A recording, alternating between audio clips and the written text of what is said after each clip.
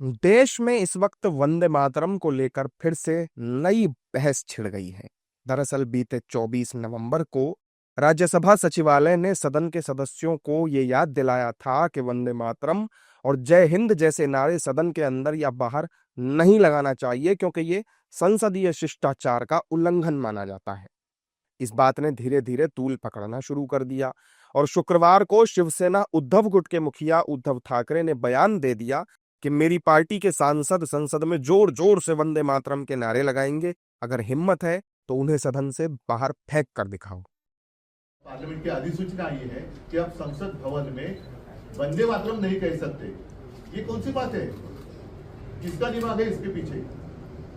और एक समय तो ऐसा था कि ये बीजेपी वाले तो चिल्ला चिल्ला कर कहते थे कि इस देश में रहना होगा तो वंदे मातरम कहना होगा, तो मेरे सांसद तो वहां जाकर वंदे मातरम कहेंगे। अगर बीजेपी में हिम्मत है तो मेरे सांसदों को बाहर निकल कर दिखाएंगे, और अगर नहीं तो ये चीज जिसने की है वो कौन है उसको निकल बाहर भेज देना। उसको उन्हीं की प्यारी भाषा कुछ होती ना कि उनको भेजो पाकिस्तान ना। अभी उद्धव ठाकरे के इस बयान के आते ही बीजेपी नेताओं की प्रतिक्रियाएं भी इस पर आनी शुरू हो गईं।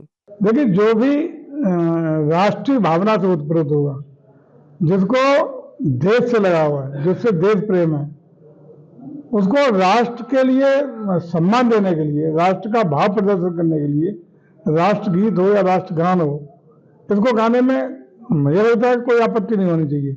ये कोई राजनीतिक विषय नहीं है। ये विषय ऐसा है जो राष्ट्र धर्म से जुड़ा है, राष्ट्रीयता से जुड़ा है, अपनेपन से जुड़ा है, राष्ट्रीय गौरव से जुड़ा है और राष्ट्र के स्वाभिमान और सम्मान से जुड़ा है। वंदे मातरम तो बोलना ही चाहिए, भारत माता की जय बोलना ही चाहिए।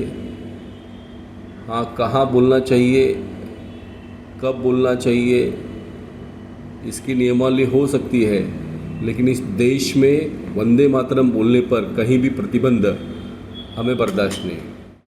हालांकि बीजेपी नेताओं को वंदे मातरम से आपत्ति नहीं है, लेकिन विपक्ष संसदीय शिष्टाचार की बात को बीजेपी से जोड़कर हमलावर हो गया है।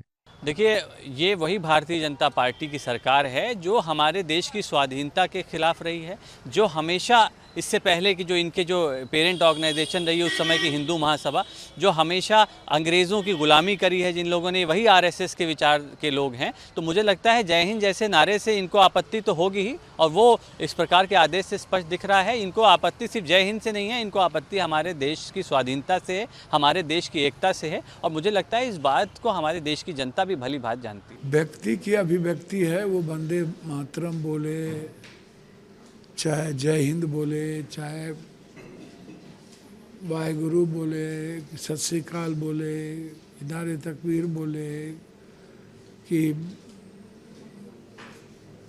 हर हर महादेव, तो हर आदमी की अपनी स्वतंत्रता है। लेकिन सरकार किसी चीज़ों को थोपे और सरकारी चीज़ों में जो हमारे संविधान में यदि कोई भी चीज़ है तो निश्चित रूप से वो कोई दिक्कत नहीं है। बहरहाल, राज्यसभा सचिवालय की बात को लेकर विपक्ष बीजेपी और केंद्र सरकार को घेर रहा है, जबकि बीजेपी इन नारों से आपत्ति नहीं होने की बात कह रही है। दरअसल 1 दिसंबर से संसद का शीतकालीन सत्र शुरू होने जा रहा है और ऐसे में वंदे मातरम पर बहस नई है, जो कि बढ़ती ही जा रही है। देश दुनिया दी तमाम खबरों नाल जुड़े रहन लई सबसक्राइब करो YouTube ते सच कहूं पंजाबी चैनल। इस दे नाल ही बैल आइकन दब के पाओ लेटेस्ट अपडेट सब तो पहला।